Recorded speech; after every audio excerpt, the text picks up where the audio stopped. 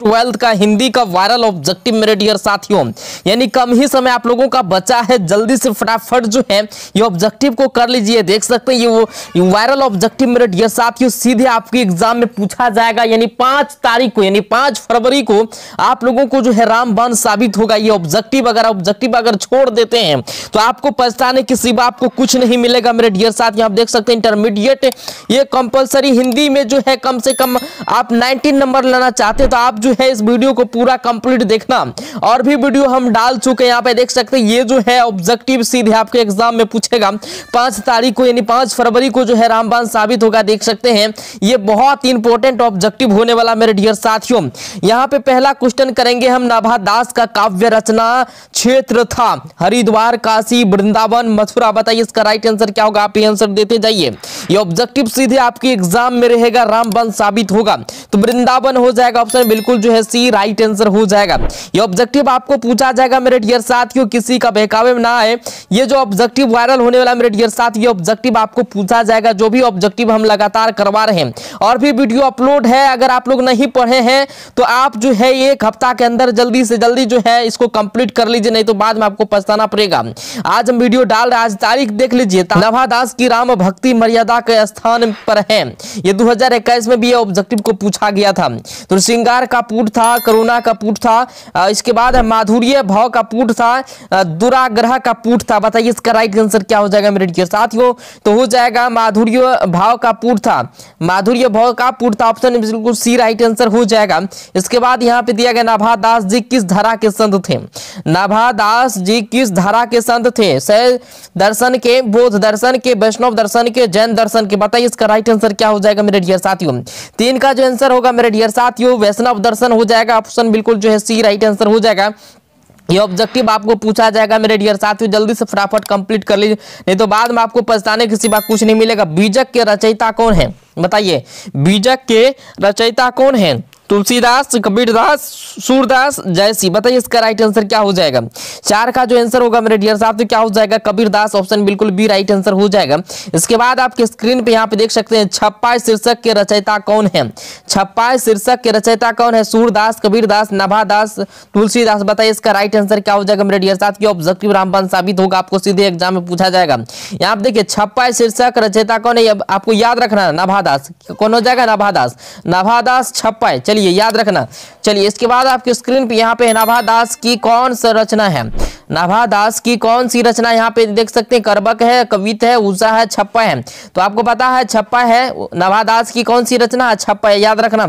इसका right answer जो होगा बिल्कुल डी राइट आंसर हो जाएगा। इसके बाद आपके स्क्रीन पर मेरे डियर साथियों आप देख सकते हैं ये ऑब्जेक्टिव आपको जो है 5 फरवरी को पूछा जाएगा। आर्ट्स के जितने भी बच्चे हैं, जो भी छात्र छात्रा इस वीडियो पे क्लिक किए हैं तो पहले भी वीडियो हम डाल चुके हैं, सब वीडियो को जो है एक बार वॉच कर लीजिए, आप लोग देख लीजिए। एग्जाम में आपको जो है 19 नंबर कोई नहीं काटेगा। नाभा दास किस धारा के कवि थे, निर्गुण धारा के, इसके बाद सद्गुणोपासक के, राम भक्त धारा, सगुण धारा, इसके बाद है इनमें से कोई नहीं। इसका राइट आंसर आपको बताना मेरे डियर साथियों क्या हो जाएगा, सद्गुणोपासक, राम भक्त धारा, ऑप्शन बिल्कुल जो है बी राइट आंसर हो जाएगा। याद रखना ये ऑब्जेक्टिव आपको पूछा जाएगा मेरे डियर साथियों। और भी ऑब्जेक्टिव हम डालें वो भी ऑब्जेक्टिव आपको कंप्लीट कर लेना, आपके पास जो है वही 4 से 5 दिन का समय है।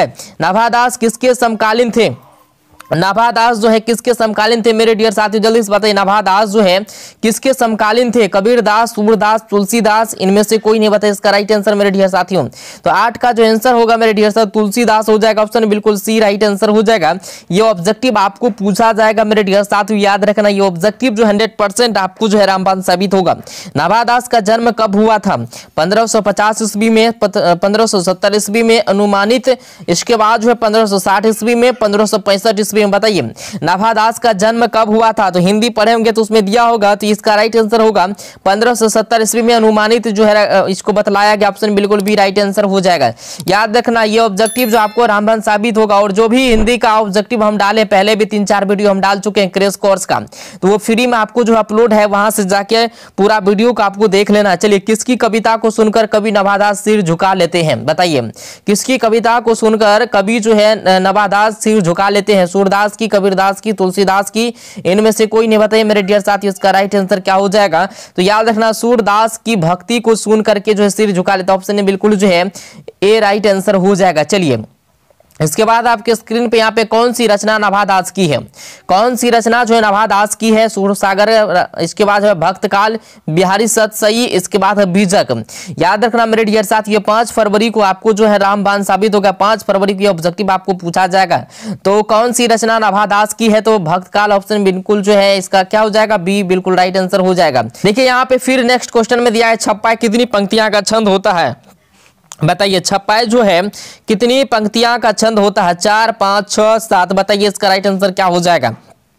देखिए 14 नंबर का सही आंसर हो जाएगा 6, कितना हो जाएगा 6, छप्पा कितनी पंक्तियां का छंद होता है 6, तो छप्पा 6, छप्पा कितना 6, तो याद रखना 6 छप्पा 6 6, तो याद रखना मेरे डियर साथियों। चलिए इसके बाद यहाँ पे सिर यानी यहाँ सूर के कवित को सुनकर कवि क्या करते हैं, बताइए सूर के कवित को सुनकर सभी क्या करते हैं, तो सिर हिलाते हैं, भाव विभोर होते हैं, दुखी आते हैं, दुखी ही आते हैं, इसके बाद इनमें से कोई नहीं, बताइए इसका राइट आंसर क्या हो जाएगा। 15 नंबर का जो राइट आंसर होगा मेरे डियर साथियों, सिर हिलाते हैं, ऑप्शन बिल्कुल जो है ए राइट आंसर हो जाएगा। इसके बाद आपके स्क्रीन पे यहाँ पे सूर कवित सुनी, कौन कवि में कौन सा अलकार है, बताइए सूर कवित सुनी कौन कवि में कौन सा अलकार है, यमक है, रूपक है, उपमा है, अनुप्रास है, बताइए मेरे डियर साथियों इसका राइट आंसर। 16 का जो आंसर होगा अनुप्रास हो जाएगा, ऑप्शन बिल्कुल जो है डी राइट आंसर हो जाएगा। इस नंबर में नभादास का उदय हिंदी साहित्य के किस काल में हुआ है, आधुनिक काल, आदिकाल, भक्ति काल, अद्वितीय काल, बताइए नभादास का उदय हिंदी साहित्य के किस काल में हुआ मेरे डियर साथियों। 19 का जो बिल्कुल राइट आंसर होगा मेरे डियर साथियों, जल्दी से बताइए क्या हो जाएगा, तो ये हो जाएगा आदिकाल, ऑप्शन बिल्कुल जो है बी राइट आंसर हो जाएगा। ये टोटल ऑब्जेक्टिव आप लोगों को जो है VVI है मेरे डियर साथियों, ये ऑब्जेक्टिव 100% आप लोगों को पूछा जाएगा। सबक हित का वचन कौन कहता है पाठ के अनुसार, सूर, कबीर, जयसी, विद्यापति, बताइए इसका राइट आंसर क्या होगा। 20 का जो आंसर होगा कबीर, ऑप्शन बिल्कुल जो है बी राइट आंसर हो जाएगा। क्या कहता है सबक हित का वचन कौन कहता है, तो कबीर कहता है, चलिए ऑप्शन इसका जो है बी राइट आंसर हो जाएगा। इसके बाद है यहाँ पे क्रांति का अर्थ होता है, क्रांति का अर्थ होता है मेरे डियर साथियों एक आंख का ना होना, एक कान वाला अविश्वास, इसके बाद विश्वास प्रतीति, इसका राइट आंसर आपको बताना मेरे डियर साथियों। 21 का क्या हो जाएगा आंसर, तो विश्वास और इसके बाद जो है प्रतीति हो जाएगा, ऑप्शन बिल्कुल जो है डी राइट आंसर हो जाएगा। विश्वास यहाँ पे भक्त चरित्रों की माला है, भक्त चरित्रों की माला है, मुंडमाल, पुष्पमाल, भक्तमाल, रलमाल, बताइए मेरे डियर साथियों भक्त चरित्रों की माला है, बताइए इसका राइट आंसर। 24 का जो आंसर होगा मेरे डियर साथियों, तो भक्तमाल हो जाएगा, ऑप्शन जो है इसका बिल्कुल सी राइट आंसर हो जाएगा। यहाँ पे देखिए क्या दिया गया है, नाभादास किसके शिष्य थे, बताइए नाभादास जो है किसके शिष्य थे, तुलसीदास के, रामानंद के, स्वामी अग्रदास के, महादास के, बताइए मेरे डियर साथियों। तो 25 का जो आंसर होगा बिल्कुल स्वामी अग्रदास के, ऑप्शन बिल्कुल सी राइट आंसर हो जाएगा। इसके बाद आपके स्क्रीन पे दिया है कबीरदास किस शाखा के कवि हैं, कबीरदास जो है किस शाखा के कवि हैं, सगुण शाखा के, निर्गुण शाखा के, सर्वगुण शाखा के, इनमें से कोई नहीं, बताइए इसका राइट आंसर क्या होगा। तो 26 का आंसर हो जाएगा निर्गुण शाखा के जो है कबीरदास किस शाखा के कवि हैं, तो निर्गुण शाखा के, ऑप्शन जो है बी राइट आंसर हो जाएगा। इसके बाद यहाँ पे नाभादास जो है किस काल के कवि थे, भक्ति काल के, रीति काल के, वीरगाथा काल के, भारतेंदु काल के, बताइए नाभादास किस काल के कवि थे, तो 27 का राइट आंसर हो जाएगा भक्ति काल के। तो नाभादास किस काल के कवि थे, भक्ति काल के। चलिए इसके बाद आपके स्क्रीन पे है नाभादास की कविता जो है किन दो कवियों के बारे में है, बताइए जयसी एवं सूरदास, कबीर एवं सूरदास, सूरदास एवं तुलसीदास, तुलसीदास एवं कबीरदास, बताइए इसका राइट आंसर। नाभादास की कविता किन दो कवियों के बारे में है, बताइए।